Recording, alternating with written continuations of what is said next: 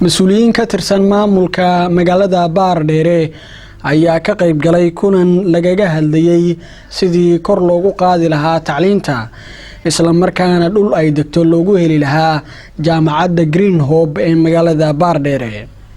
wariyahayaga Cumar Caydruus Axmed ayaa war umuurtaas ku saabsan inooga soo diray magaalada Baardheere. shirkan oo ahaa mid siyaarsara loo soo agaasimay isla markaana ay ka soo qayb galeen odayaal dhaqameed, haween, waxgarad, siyaasiyiin, guddiga waxbarashada deegaanka, ganacsato, maamulka jaamacadda Green Hope University xarunteeda Baardheere, mas'uuliyiin ka socday maamulka degmada Baardheere, gudoomiyaha degmada Baardheere Mudane Cabdullaahi Nuur Xasan Cadow, ku-xigeenkiisa Ismaaciil Sheekh Cabdi Qorax Koofi iyo marti sharaf kale. ujeedka shirkan ayaa ahaa mid looga tashanayay qaabkii loo horumarin lahaa waxbarashada degmada Baardheere iyo jaamacadda Green Hope sidii boos loogu raadin lahaa inta ay ka helayaan dhul ay yeelato jaamacadda Green Hope oo ah jaamacaddii ugu horeysay oo deegaanka ka howlbilowda isla markaana ay ka qalin jibiyaan arday deegaanka, taasi oo ay fursad ballaaran u tahay ardaydii safarada dheer u gali jiray raadinta waxbarashada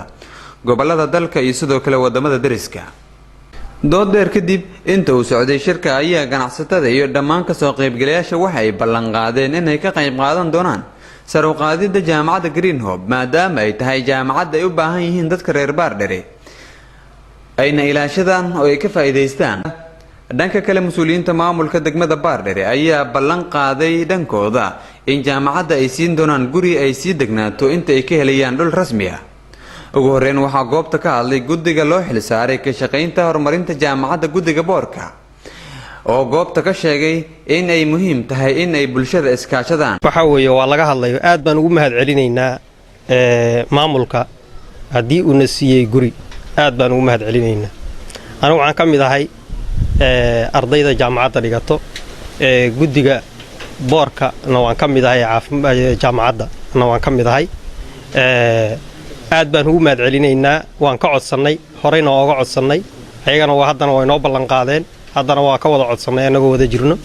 aad baan ugu mahadcelinaynaa. intaa kadib waxaan ugu baaqayaa dadka u dhashay degmada Baardheere dibadaha jiro in ay waxaa weeye gobolka Gedo meel ay jaamacad ka jirto waxaa ka jirto Baardheere meelaan ahayn oo jaamacad le ma jirto. dhammaan qof kasta oo wax ka geysan karo inuu jaamacadda wax ka geysto aan dejinno aan ka faa'iideysano macallimiintooda aan tayeyno maaragtay dadkanaga dugsiga sare ka baxa ama maaragtay u diyaarsan inay wax bartaan waxaad ogtiin inay xamar u safraan oo waxbarasho u doontaan ay aadaan Camuud ay aadaan ma garanaysaa meelo kale haddii laakiin baahidaas aan anagu daboolano oo jaamacaddii aan maaragtay base u helno oo dadkanagi aan muujino oo jaamacaddii la tayeeyo waa laga maarmi karaa in safar la galo. sidoo kale waxaa madashi ka hadlay ganacsatada, haweenka iyo nabadoonnada oo dhammaantoodba maamulka ka codsaday in jaamacadda boos ay siiyaan. waxaan dhihi lahaa horta maamulku guriga uu sindikaha sheegay guriga ayada bal horta hana la siiya ama mid kale hana la siiya carada iyaga xukuma hadda annaga doorashada xoogaa waa laga fiican in meel la dejiyaan waa muhiim ilaa dadka iyaga mas'uulka ilaahay ka sokow maanteer shacabka ama maaragtay ganacsatada ama dhalinyarada intana waxaan dhihi lahaa iyo waalidiintana boos haddii la helo waa in la tayeeyo oo arday dhigatana la helo dhaqaalihiina la helo walaagii oo dhibaato oo ama hamar ama baydhow ama ismeel waasinka dirfadi hogeeka inta la kala onog hiraabta milyan baad ogaadas hoosa hoohidi ogaadas hoosa jiif ogaadas hoosa gooya ogaadas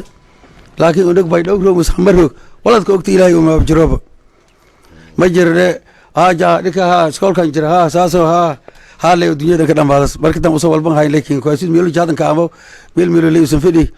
walba soo daroogista ilaahay waragaasaba. waxaan soo dhaweynayaa jaamacaddan waxaan u qabnay baahi weyn waxaan nahay deegaan jira oo u baahan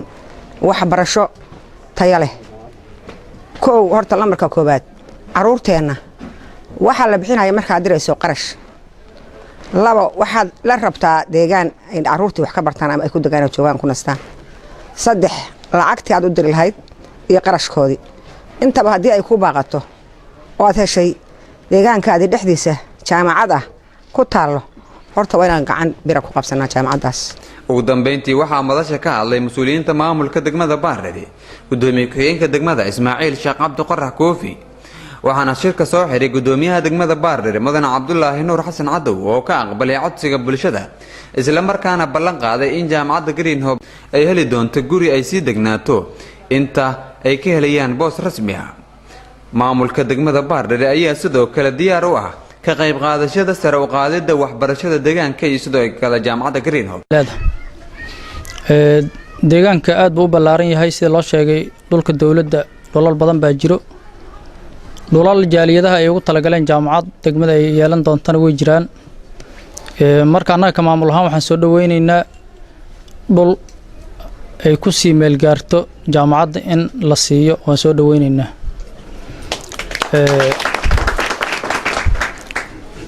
kolley hadduu ilaahay yiraahdo meeshii aan isniraahdo meeshaan yaa ugu habboon baan qaadan doonaa hadduu ilaahay yiraahdo guddiga jaamacadda iyo dhammaan waan isla indhandhayn doonaa hadduu ilaahay yiraahdo dhulalku way fara badan yihiin dhulal ballaaran baa jiro kuwaan dhisnayn baa jiro kuwa dhisan baa jiro macallimiinta haddii loo helo jaamacadda oo maxaan ku rahay jaamacadda waxaa la rabaa kuliyaddii loo baahdo in la helaa la rabaa kuliyaddii loo baahdo in macallinkeeda uu taagan yahay markaas jaamacaddii way hormaraysaa way tayoobaysaa qof walbo miduu baran rabo haddii maxaan ku rahdaa culumta sharciga ay tahay hadday tahay maxaan ku rahaa caafimaadka hadday tahay siyaasadda hadday tahay dhaqaalaha waxaasoo dhan waxaa la rabaa jaamacadda inay dhan walba ayadana ka dhisan tahay taasna waxaa keeni karto dhaqaale in loo helo macallinkii oo lagu keeno ama Kenya ha laga keeno ama Soomaaliya ha laga keeno ama degmada ruuxeeda ha laga keeno marka annaga ka maamul ahaan hadduu ilaahay yiraahdo waan soo dhaweynaynaa wixii nooga aadanna waan ka qayb qaadanaynaa aad iyo aad baynu u mahadsan yihiin inta soo abaabushay xafladan iyo inta ka qayb qaadatay wabillahi tawfiiq wassalaamu calaykum Omar Idris Ahmed TV-ga dawladda Jubbaland Baardheere